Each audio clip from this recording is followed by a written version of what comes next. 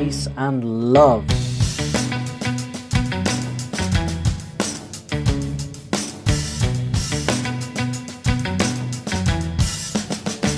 Let's get into it. Hello everybody and welcome to another reaction video on Peace Beats with Dan Blackwell. In a couple of hours I'm going to jump on a live stream and open it up with Vincent's Tale Starry Sky, but I haven't seen any of the first, second or third night yet, and I've got to check them out before I jump into the video, so I've just squeezed in a bit of time now to just react to all three of them back to back and see what's going on. I know absolutely nothing about these, but apparently it'll give me context for the song. Apparently the song's amazing, so let's just jump straight in. This is The First Night by Ren.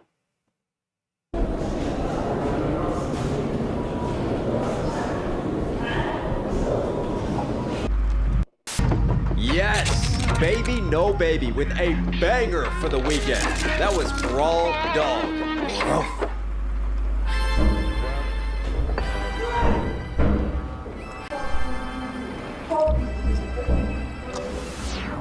Alright, we've got a chart-to-chart exclusive now coming in. Some new cat who goes by the name of Ren.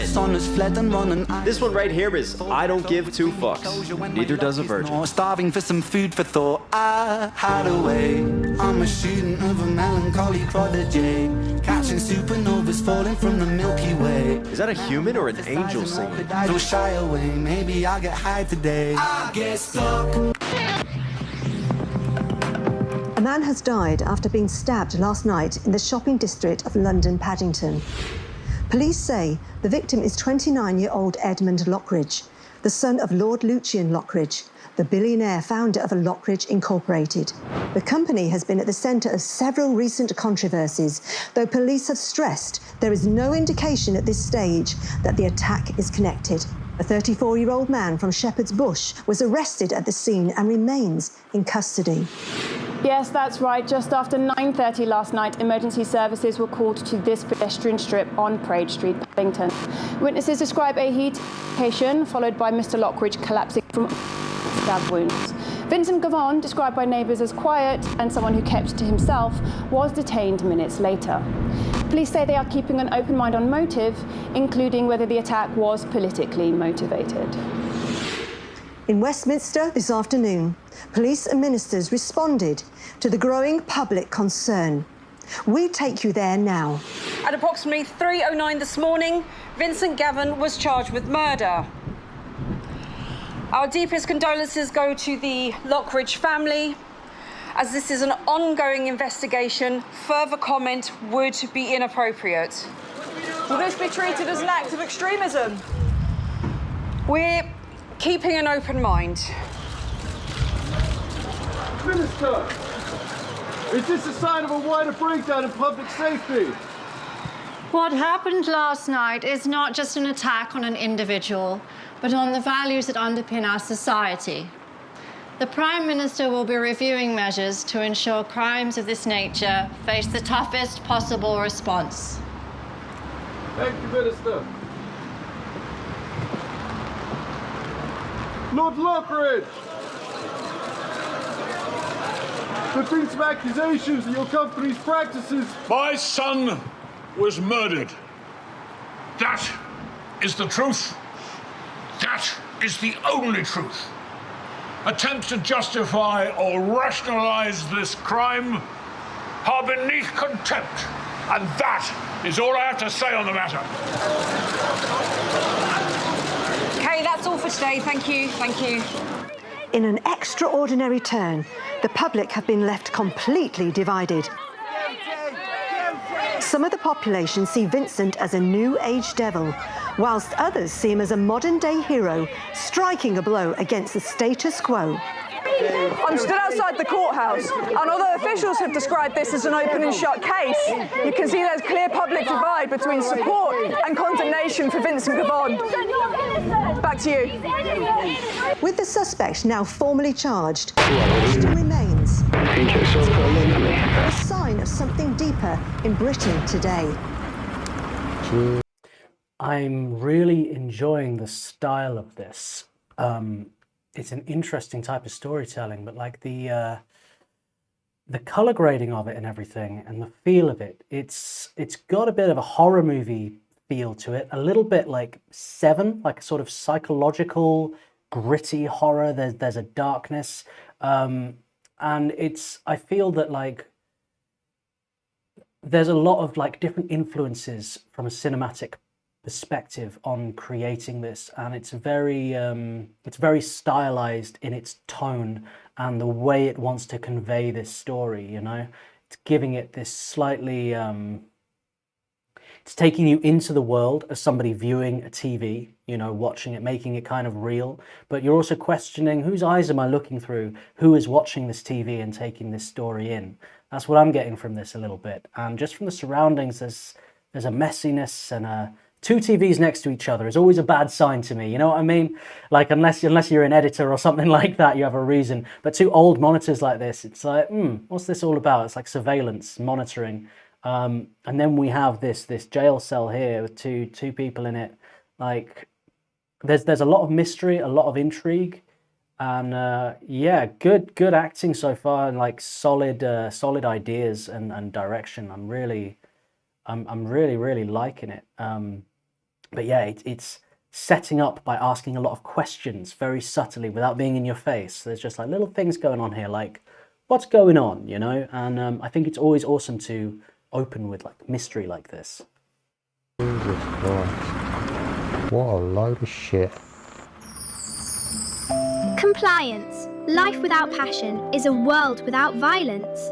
From the same Lockridge Industries laboratories that brought the world's first medication formulated to heal the global economy, Envian. Comply More, a new, groundbreaking series of treatments, is here to change the world all over again. Finally, an alternative to the responsibilities faced in modern-day relationships.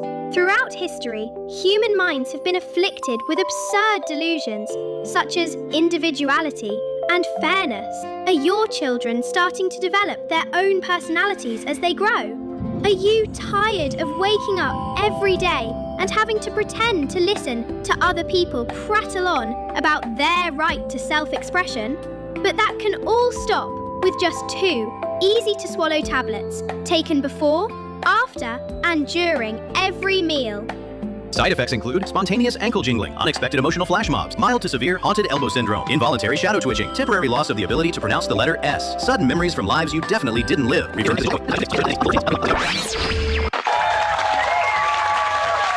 This is such a great idea. And yeah, like the guy that we're looking at the eyes through said something like, "Well, oh shit," or something like that.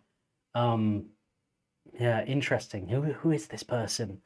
That's the biggest question on my mind at the moment.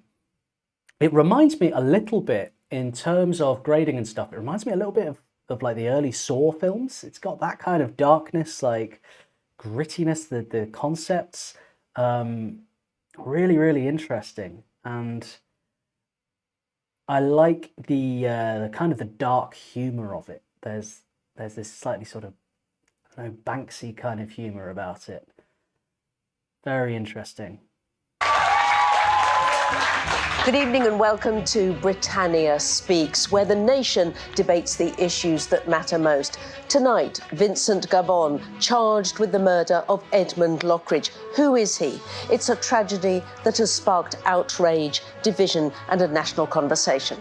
On our panel tonight, Sir Douglas Kane, former Chief of Police. We have Dr. Aston Tolliday, political scientist. We have Cassie Blaze, who is an actress, influencer and former contestant on the TV dating show Swipe Right Forever. We have Percy Price, Professor of Psychosurgical Medicine at Cambridge University. So, without further ado, let us go to our first question from the audience. Thank you. My question is, has Britain lost control of its streets? See, it's these subtle things, like having this kind of influencer, you know, from a dating show, getting all this, wow, all this attention from the audience, and then going over to a scientist who's doing, you know, really important work for humanity and society. And it's like, who are you? not recognised. You know what I mean?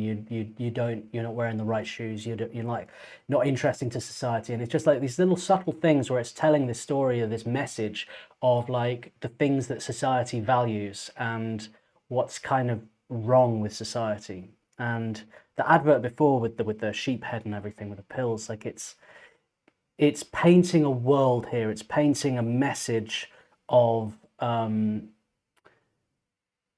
magnifying glass on society, you know what I mean? Like in lots of different ways. It's not just solely focusing on this story of Vincent.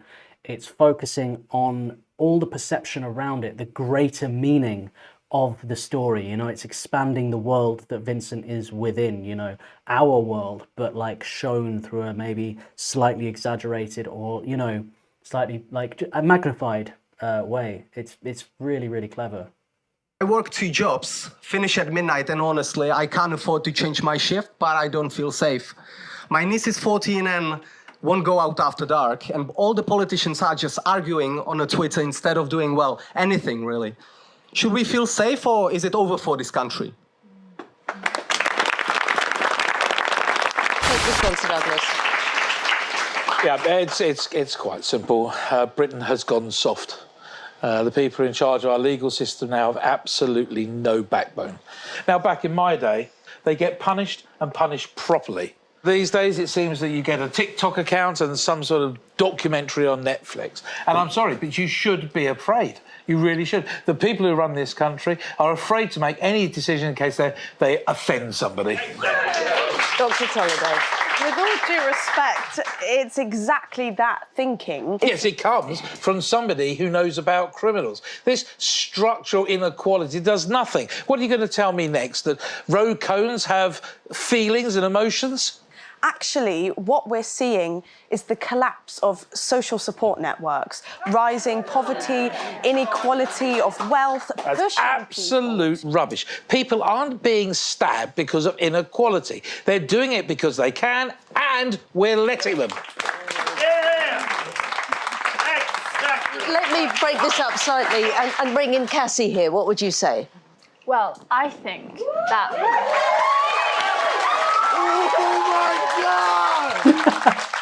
I think maybe you're both right. See, this is it. It's just this exaggeration, you know what I mean? But to exaggerate a point, I think, like a kind of social commentary, to just exaggerate something slightly, it's not a massive exaggeration from how things actually are, is it? Like, this is pretty damn close to what I see on the TV.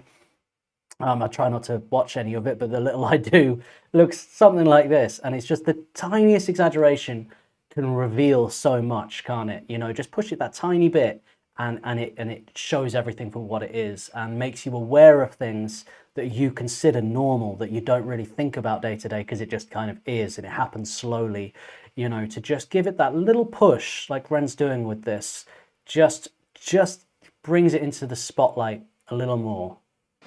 Like Sir Douglas here thinks we should be hard, but Dr. Tolliday thinks we should be soft and gentle. I personally think it's nice with a mix of hard and gentle.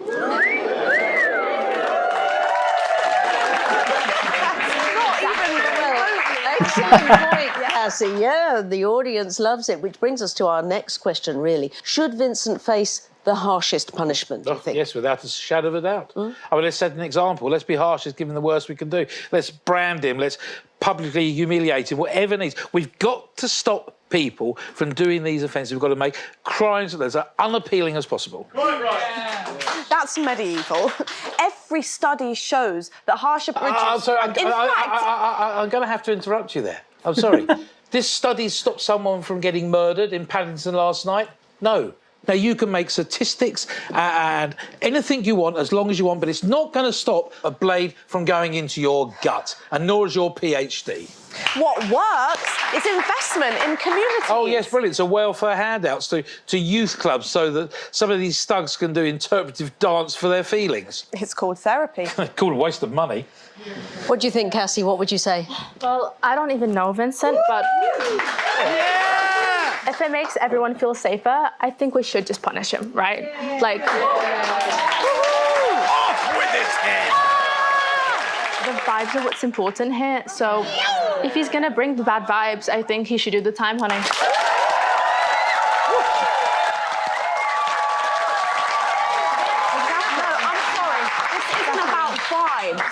This is about dealing with issues systemic. Final thought on this, Sir Douglas. Final thought. Lock him up, throw away the key. Yay! All right, well, that brings us to the final question. What does this all mean for the future of Britain?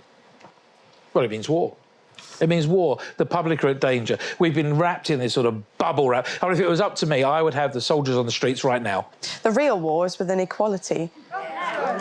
Vincent is a symptom, not a cause. If we don't address the root cause... The root cause is if he'd not picked up a weapon and picked up a job application instead. Well, I think that we should just be nicer to each other, you know? Like, if we just meditated more, this wouldn't happen, that wouldn't happen.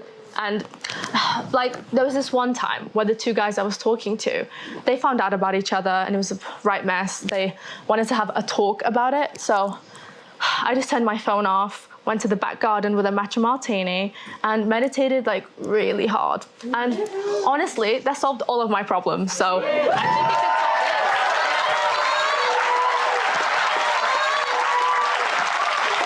solve Out of time, so I'm going to say thank you to our panel, but also Professor Price. You've been rather quiet sitting there, made a lot of notes. Do you have any insights to share with us? Yes. Yes. You people talk of punishment, yes? Policy, poverty, and whatever it is you're talking about, but crime is not a social issue. No, no, no. It is a neurological one. It is a matter of circuitry, misfiring impulses, faulty wiring in the prefrontal cortex. You see, we can punish, yes, and punish and punish. Naughty boy. yeah. But nothing ever changes, right? And why? Because we are disciplining behavior when we could simply repair the machine. You, sir, would you imprison or jail a lamp simply for flickering? No, of course not. It would be preposterous, it would be absurd. You would simply acquire a new bulb. Well, Vincent is a broken lamp. And I have a new light bulb.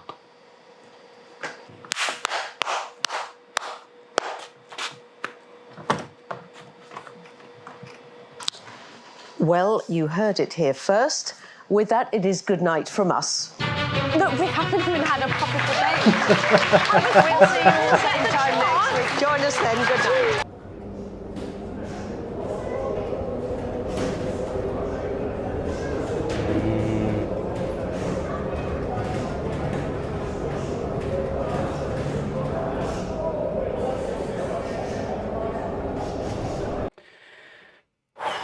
Man, I wasn't expecting the sort of I don't know, kind of slightly Eric Idle, Monty Python style comedy of Ren's performance there, but that was really, really good.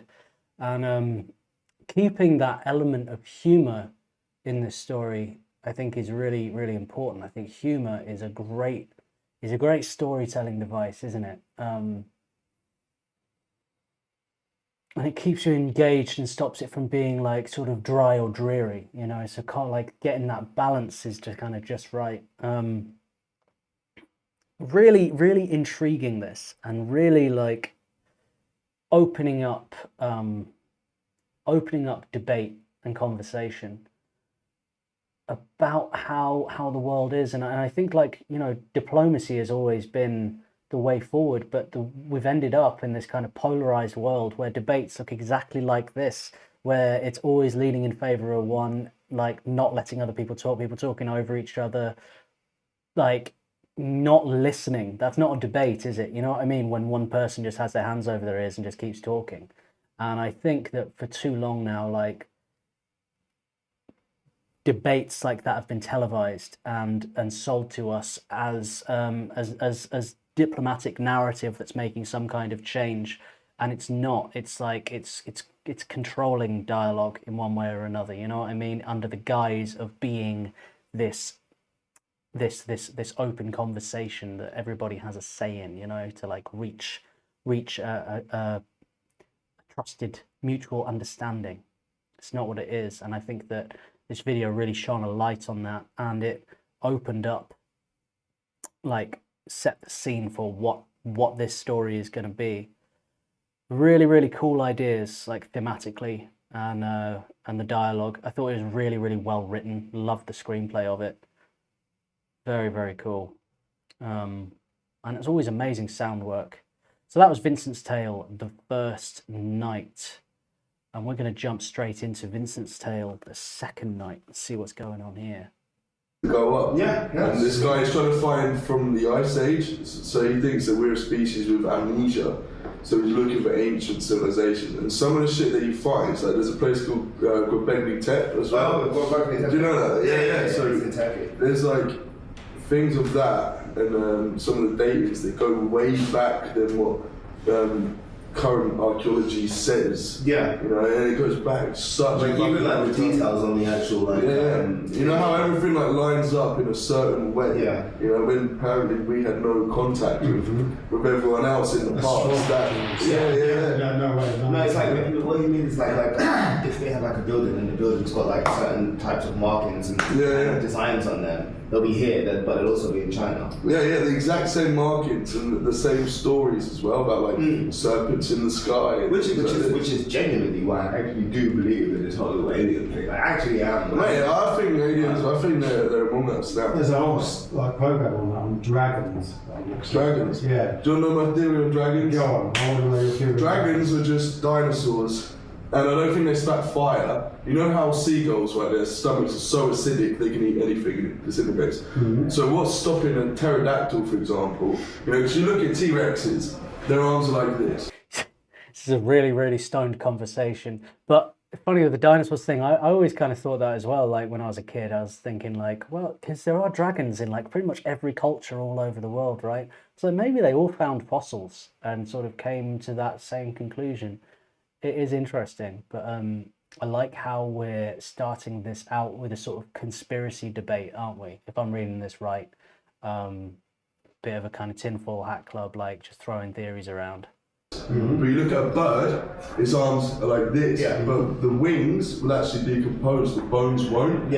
So I was saying a T-Rex wasn't like that with big wings that spat acid.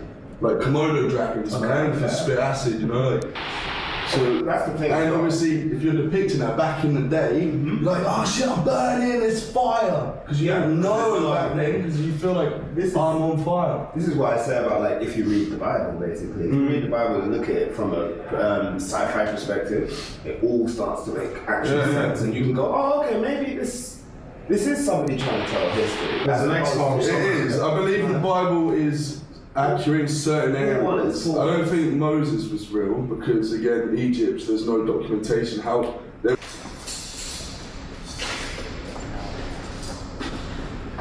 Painful.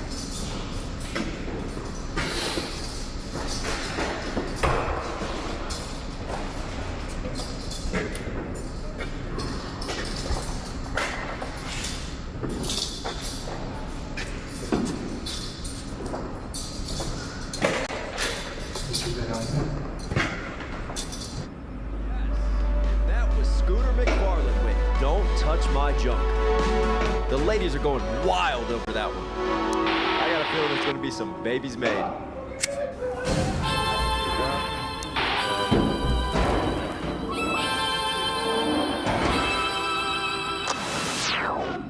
Now we've got a chart-to-chart exclusive coming in.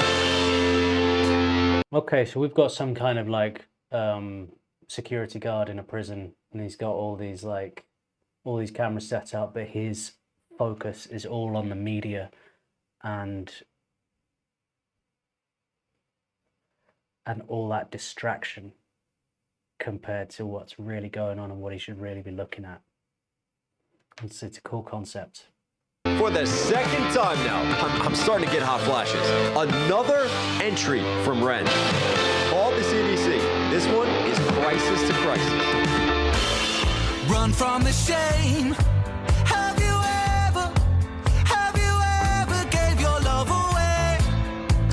feel fucking shit. I'm sick of it. I'm actually done. I can't be in this house any longer with this actual bunch of idiots. How can it possibly be that when me and Johnson are on a date and it's just us, he is the sweetest, kindest, most compassionate man, ticks every fucking box, and the second that we step foot back into this house, he's around all of his mates again, beating on their chest like fucking gorillas, all of that out the window. I just can't believe, like, when Mike's getting super drunk, as he always does, and just being his stuck-up, arrogant, slimy, snaky little self, thinks he's God's fucking gift to women, thinks that just because he has a six-pack, barely, that he's something special. He's not. And I just know for a fact that every single girl at home is thinking the exact same thing as me. He's disgusting. I'm getting to the point now where I actually wish that I didn't vote off Pigman. Because he might have been a pig, but at least he was a man. Do you know what I mean?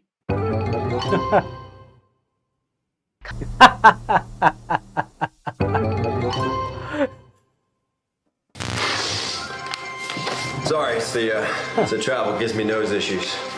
Fly on over to the UK, they said, Hank Hankerson. Come do the news for us. Great job. You want to go out for a drink? Sure. Come drink our lukewarm pints. What is this? Tea? Please. Coffee, bitches on that.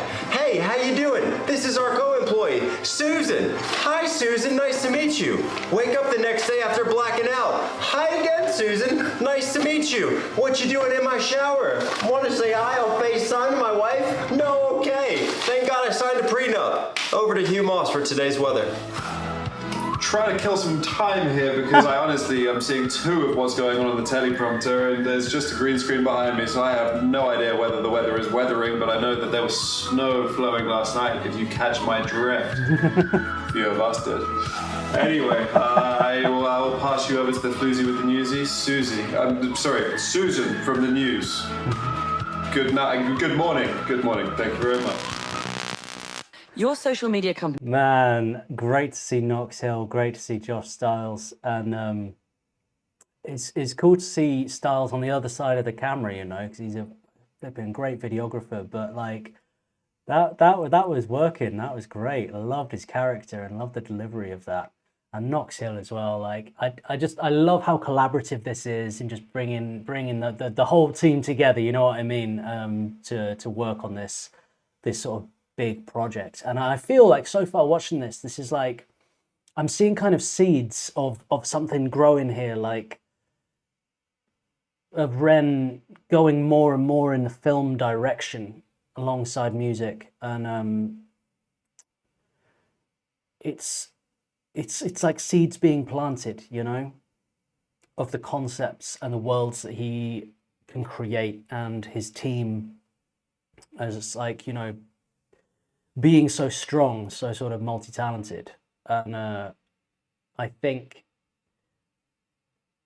in the near future we're going to start to see, like, you know, bigger kind of cinematic releases.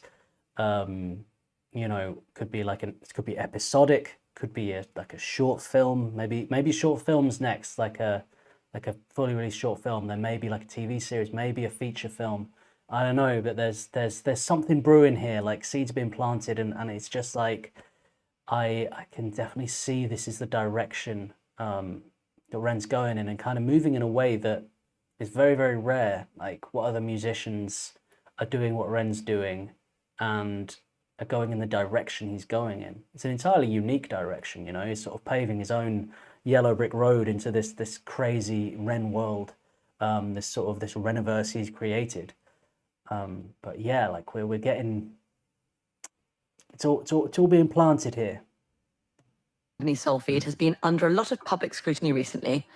I assume you've heard of the accusations that the platform has been censoring the name Vincent Gavon and limiting posts from users. Look, Sarah, listen. The answer is actually surprisingly simple. I mean, we couldn't believe it when we found out. It was possums. Possums? Mm-hmm. Migrating ones. You see, in our server rooms, we have an incredibly complex network of tables, everyone attributed to each citizen of the United Kingdom. And last night, a herd of possums snuck in, and the cable associated with Vincent Gavon chewed right through it. What are the chances this week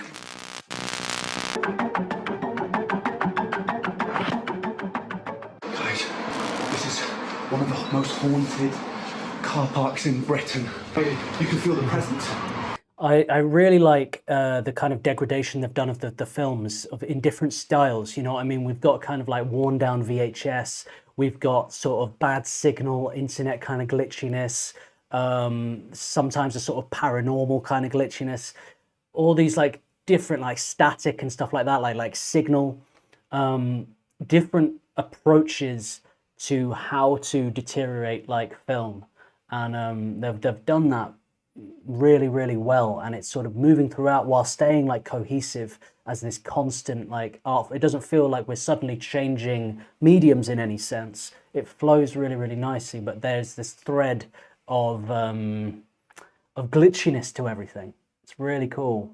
No, I definitely felt different vibes coming from over here. Oh, crikey. We're getting a 6. A 6 on the spirit meter. 6. What does it go up to? 4. If there are any ghostly presences among us, please make yourself known. Please. Wait. I'm going to attempt to make contact with the spirit realm. Okay. Gotta be very careful. Okay. Ghost. If you can hear me, please make 3 knocks. Oh my God. Wait, was that 4? It was 4. Ghost, if you can hear me, please make 3 knocking sounds. Oh, so yeah, that's definitely 4. Oh, it's probably not a ghost. Oh. Holy hand balloons. The spirometer is literally going crazy right now. It's all over the place. I'm getting 4s, 5s. I'm getting a very strong reading. Wait, hold. It's coming through really loud. I'm getting an 18. I've never seen an 18 before.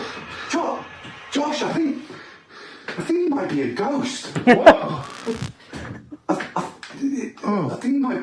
think he might be dead. Wait, guys, cut the camera. I'm scared. Gains, incredible gains. How's it going? Wait, don't even bother asking. You already know. Gareth Gaines, a.k.a. the pre-workout assassin, a.k.a. Lord of the Lats. And you already know the score. Let's get ripped to the core, baby. Let's go. Lads, listen, I am operating on 0 calories, 10 grams to the decimal place of creatine monohydrates, and 6,000 grams of caffeine right now. I can practically see sound. If you want to be hench, hit the bench. Bars for days, lads. Let's go. Manifest. That's law of attraction 101. If you think hard enough, your glutes will grow. That's quantum booty mechanics. Simple. It was a night like any other night. You see that cat right there? That's Timmy Tuna. This like mode of storytelling is really, really interesting, isn't it? Like just having all these short stories come together, painting this whole wider picture of, as I said earlier, like society's focus and all the many, many distractions that go on around us that like stop us from focusing on what's really important and what's really kind of like going on with people, with society, with human connection. You know what I mean? Like these things all kind of pull away from it, and like you need to be doing this, you should be doing this, you should be living like this, you should be watching these people, you should be focused on other people's relationships rather than your own, focused on drama, focused on what does your body look like, focused on ghosts and all kinds of like just sensationalism, you know what I mean, conspiracy. And it's really, really, it's a really cool way of telling a story. And it's a lot of fun. It must have been a lot of fun to make this, because you get to be all these different characters, experiment with different accents, experiment with different like actors, dynamics, mediums. You know, now we're going into like black and white. I'm gonna guess this is some kind of mafia thing, maybe. You know, got a bit of a Goodfellas feeling to this. But yeah, like going from news to reality TV to films, it's sort of it's all about the TV, isn't it? You know, and what the TV is telling you to think. I think that's the message. I think so. I think I'm getting it. It'd be really fun if we get to the end of this and it's just like, yeah, no, I totally missed the point. But yeah, you know, it's a lot of fun as well, and I like how it's kind of tongue-in-cheek and like it's self-aware, and that stops it from being sort of like preachy or too like it's has that humor to it, that just sort of keeps it really like grounded and engaging. And he didn't get his name from fighting. He got his hand stuck inside a panini press down on 5th Avenue. But here's the thing about Timmy Two Knuckles. He was a stone cold son of a bitch. You think that's funny?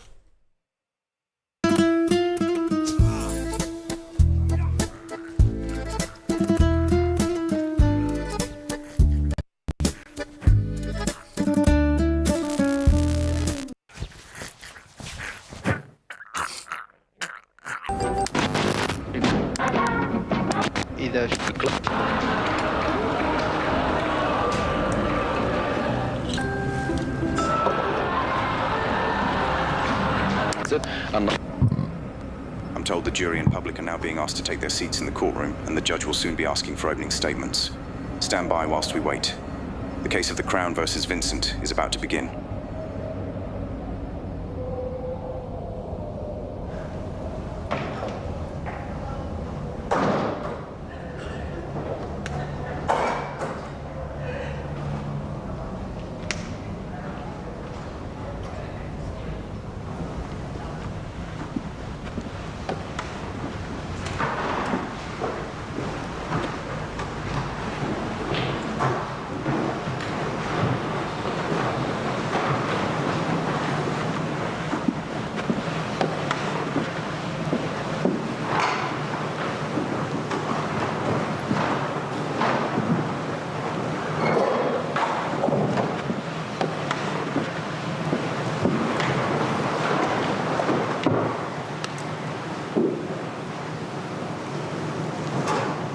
Be seated.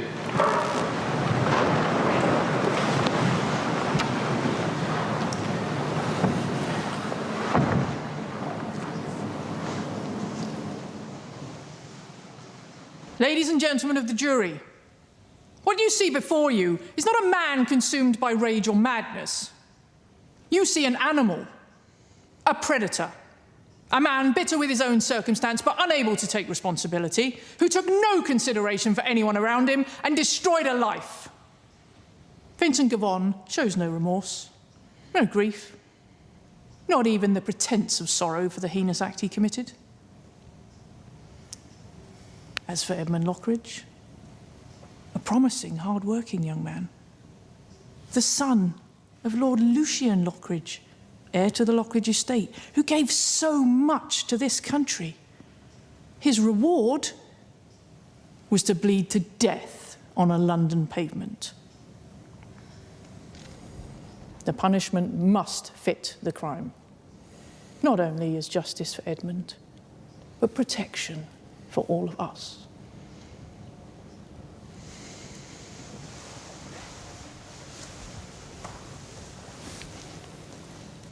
Members of the jury, my client is not a monster.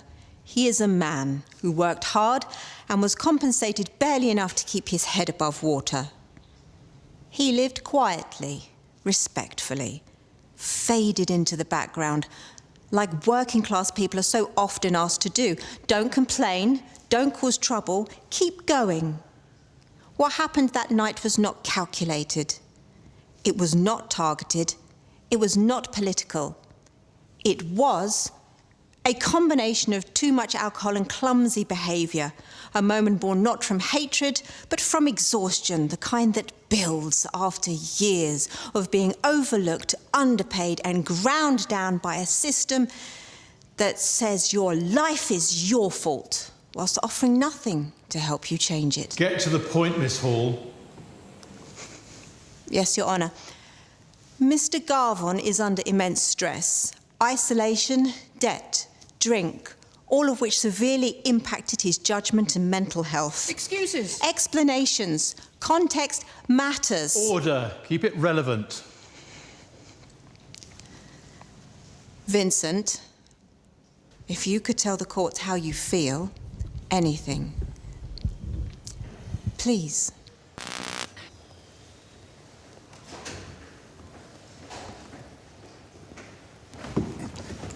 Heartless bastard!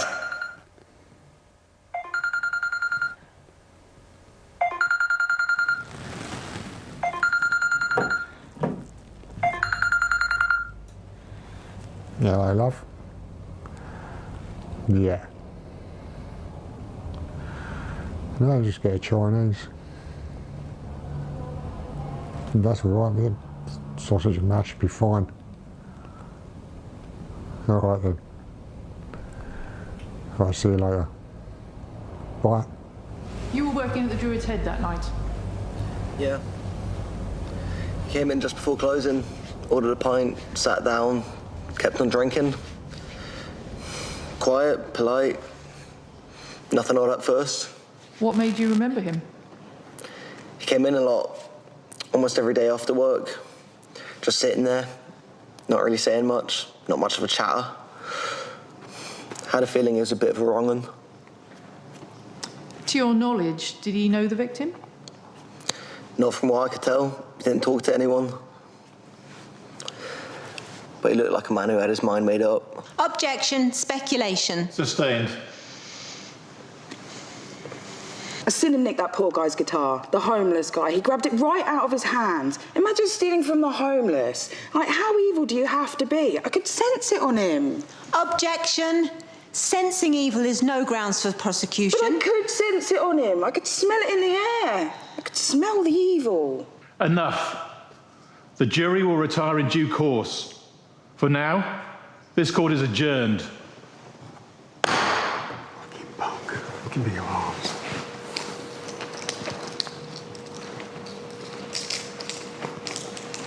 Oh.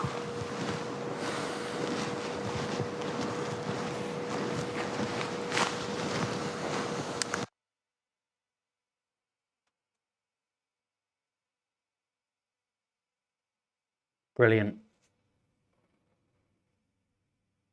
I really like this style of telling so much around a story. It's a little bit like in Reservoir Dogs, you know, the whole film happens before and after a bank robbery. You never see the bank robbery, you know? And it's like the way the story is being painted as a mosaic in these videos is really, really nice, really clever. And it's doing the job, you know, like the more I watch, now finishing the second, like the more desperate I am to watch the music video, you know. So yeah, very, very excited to get into Starry Night in a couple of hours. Oh, I have to wait till the start of my live stream. That was the second night, and up next we've got the third night. Let's see where this goes now. I feel like the first kind of 50% of these three videos, so the first like video and a half, has been painting that picture of the whole world around it, like bringing you into this this universe essentially, which is a sort of, it is like reality, but obviously a fiction within it, and kind of painting that whole picture, slightly exaggerated elements. Not even though, you know what I mean? It's not even that exaggerated, is it? But the tone is set, and the world that this story takes place in is vividly painted now, you know.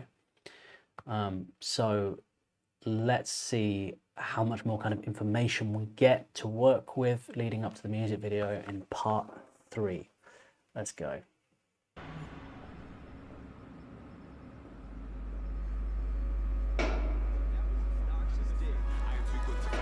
Taking us back to art class with color. Love the flows on that. Nice.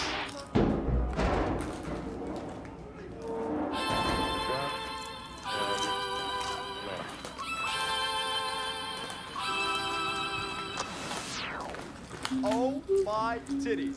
This is getting Oh, this fucking tosser again. from motherfucking Red!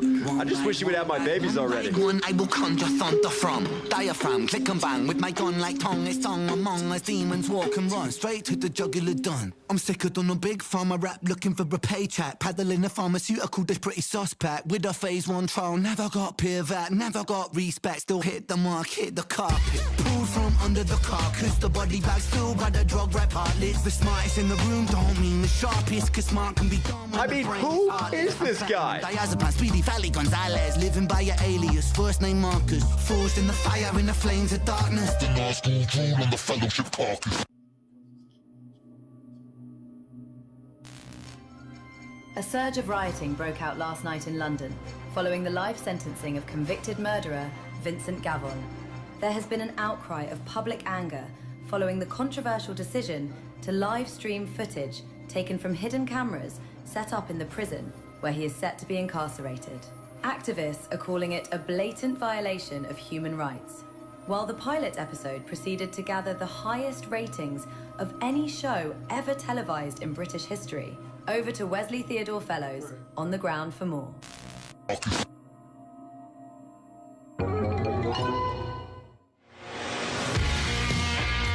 In a world full of soft stomachs, one man dared to flex back. They took everything from him, except his core strength.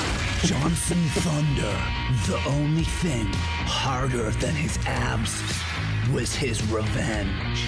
Sarah Blaze, written by a man, so she has absolutely zero survival instincts. Abs of vengeance. Tremendous.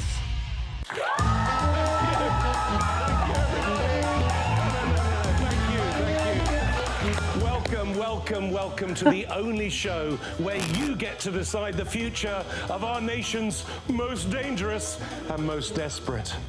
Tonight, 16 inmates enter the Big Slammer. But remember, they have absolutely no idea that they're also entering the world's most extreme game show, broadcast live straight from their cells to your living room. Yes, but will they be reborn as model citizens through cutting-edge procedures, or will they rot behind bars until the end of their days? Who wins? You decide! That's right, because it's time for Lobotomy or Life!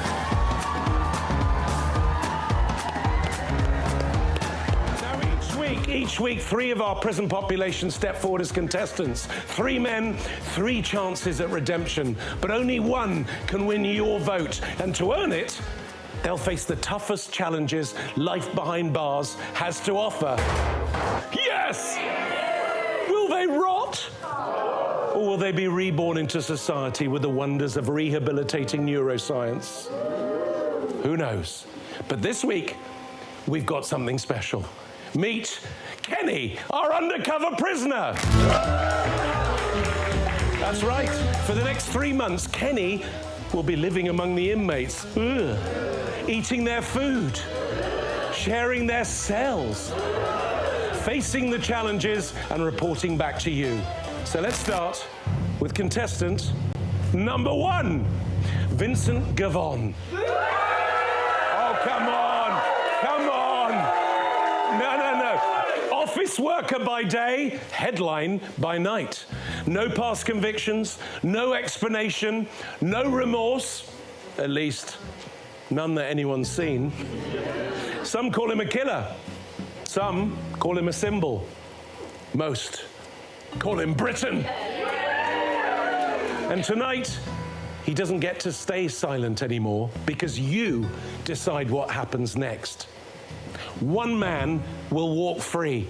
One man will be changed forever, and one will stay behind bars. Who wins? determines your vote tonight. Remember, text lobotomy or life to the number on your screen, and as ever, the results after the break. Unreal. Hello, love. Yeah. You watching the telly?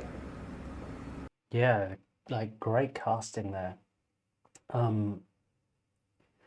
Introducing this more sort of Squid Games element to it, isn't it? And it's just getting more and more Orwellian and dark and like, but it's being done very subtly, from like how things are in the real world to getting darker and darker, but happening so slowly to make it feel very real and very possible.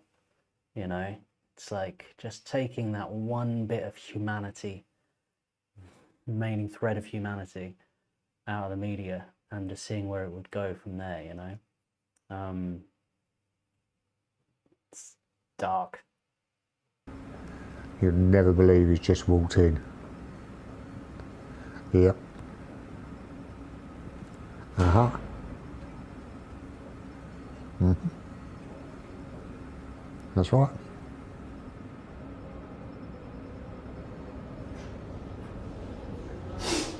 Face it all for me. So we've got the big star in here, yeah? I'll see you on the TV with my missus. Don't be expecting any sort of special treatment in here, my man. Enjoy your stay.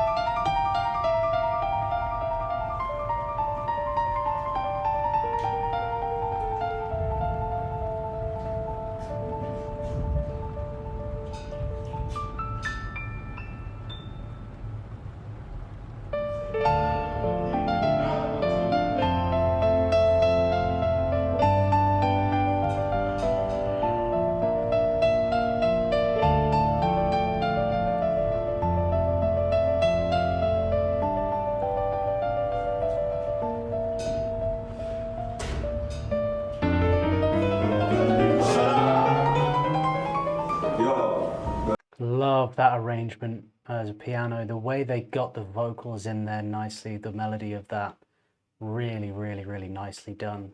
It's very melodic, the vocal part there. When I did my arrangement of High Ren, which you can check out on my channel, I did an orchestral arrangement of High Ren, and I decided to keep it just a short arrangement of the musical parts, because I was sort of playing around with the piano trying to do the rap, and I was like, this, I don't know if this is entirely going to work, but with that song, arrangement of that worked really beautiful, taking that and turning it into a classical piece. I thought that was really, really, really nice. Oh, listen, you're going to hold this for us, yeah? Wait, what the fuck's that? Listen, I said you're going to hold this for us, yeah? Bro, I've been getting grief off the fucking guards all day. Yeah? I guess I'm going to be holding this for you boys. Got it? Come on.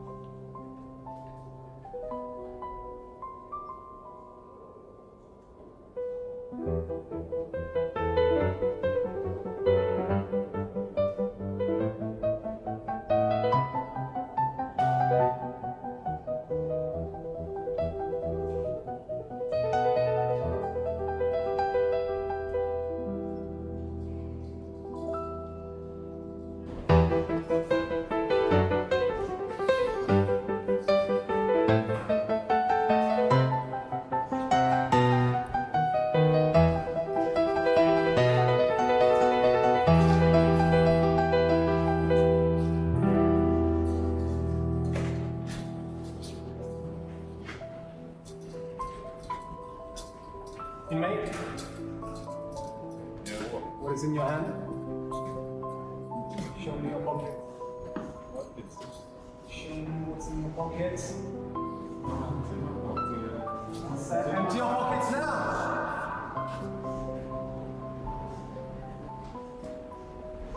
What is that? What's that? Come on. This, I mean, you can see who that is. It's me, isn't it? This one.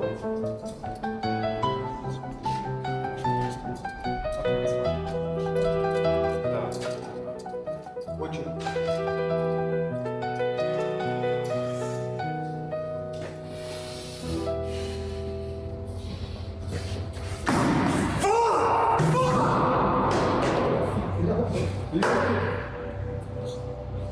You got me shit for that one. Fuck, man! Every fucking day! Yo, look at me, sit down, bro. Say, what's your name? What's your name, brother? Vincent. Jim. I heard that shit, mate. I pressed the fucking ball, right? Put this down, bro.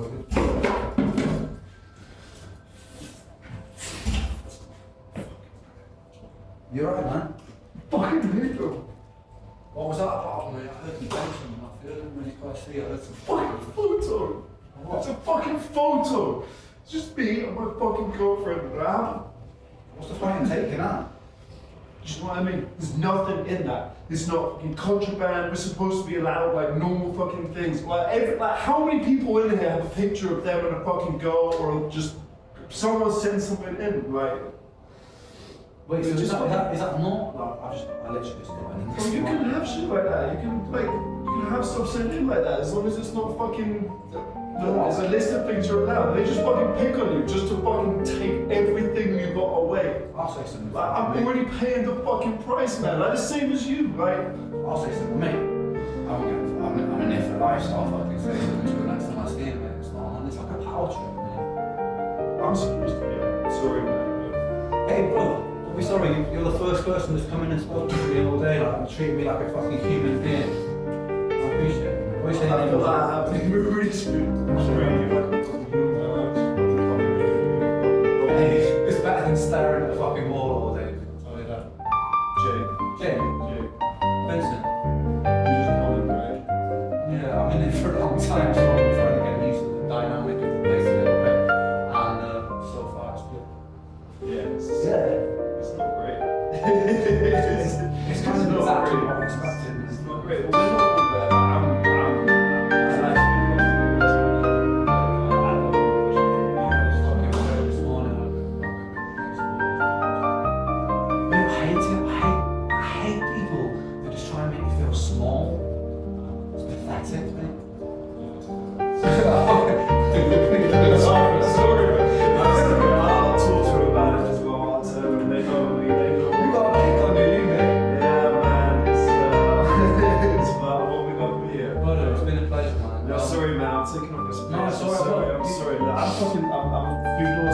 This whole idea with the music is absolutely brilliant, and it's been recorded so nicely, and it's working as score instead of sort of you know, like it's taking the same melodies and repurposing them into score for film to tell a story in a different way. It's really brilliant how it's kind of bringing that all around, Telegenny and Screech and stuff, and like, yeah, And I really rate the acting, and I love this style of seeing everything through security cameras. It just makes it feel a lot more real, a lot more believable. And yeah, it's not like overdone or anything. It's like it's nuanced. It's nice.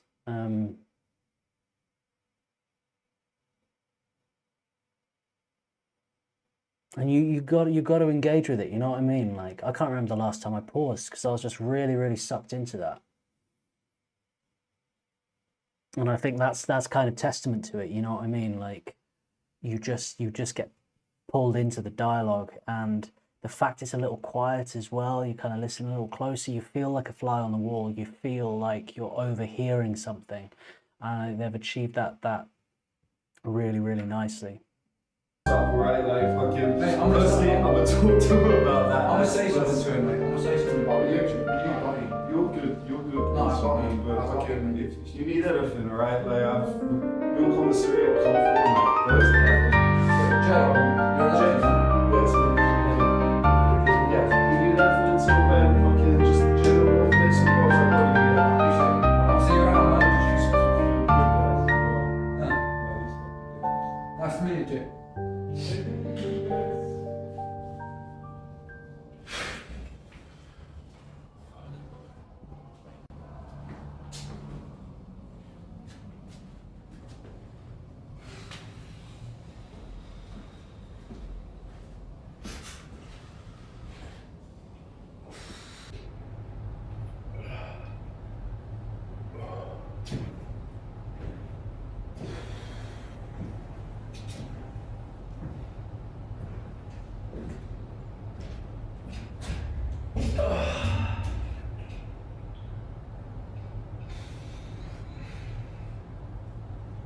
Tense.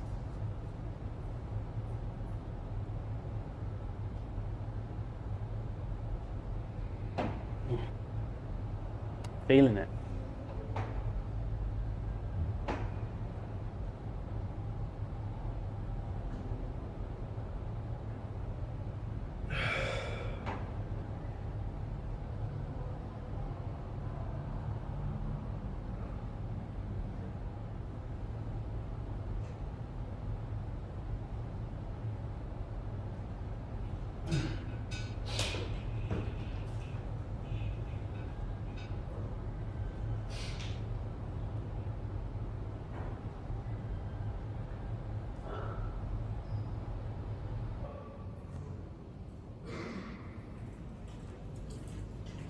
But Haynes, what the fuck are you doing, mate? Jay's just come in here saying you're taking a fucking picture of me. Yeah, I'm talking to you, mate. It's the only thing that fucking gets him through the day and you walk in. This shit happens in our place, we have to do something about it. It's called consequences, my man. Consequences of what? Having a picture of his fucking family doesn't make sense, mate. Mate, stop talking to me like this, man. I tell you, sit your ass down on that bed now. I can sit myself down. Sit down on the bed now. Does it make you feel powerful taking fucking things off people? Does it make you feel fucking powerful? Fucking powerful!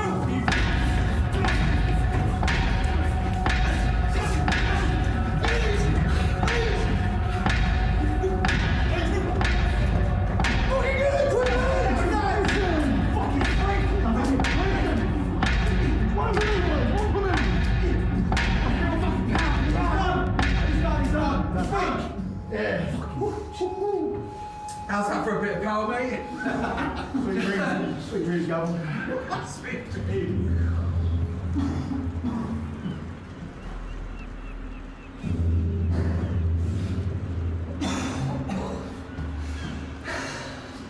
Flickering light bulb.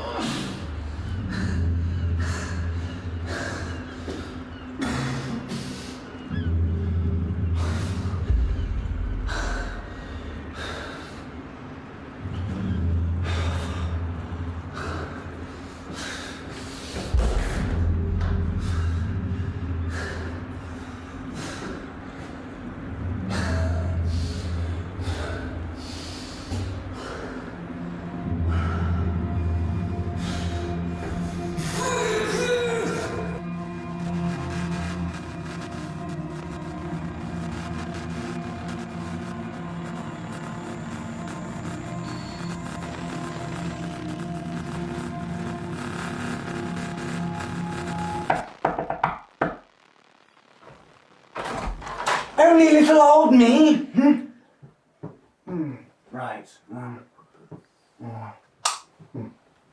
Isn't that much better? Very interesting. Yeah, thank you. Oh. Marvelous specimen.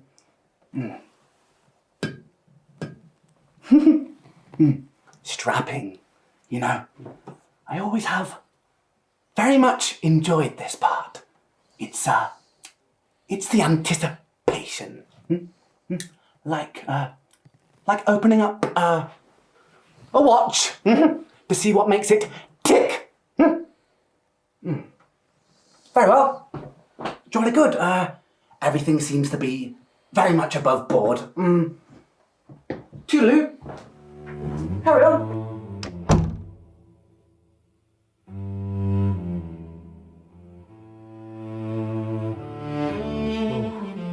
Oh, damn.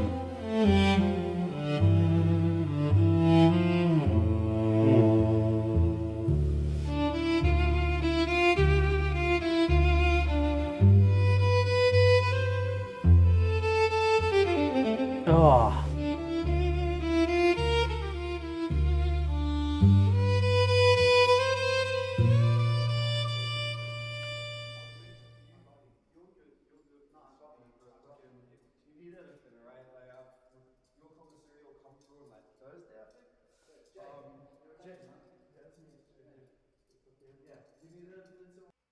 Amazing.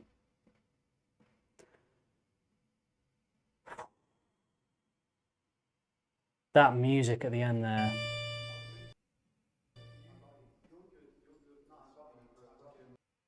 Absolutely beautiful. They did an amazing job with that. And yeah, on the cello, that just sounded so, so nice.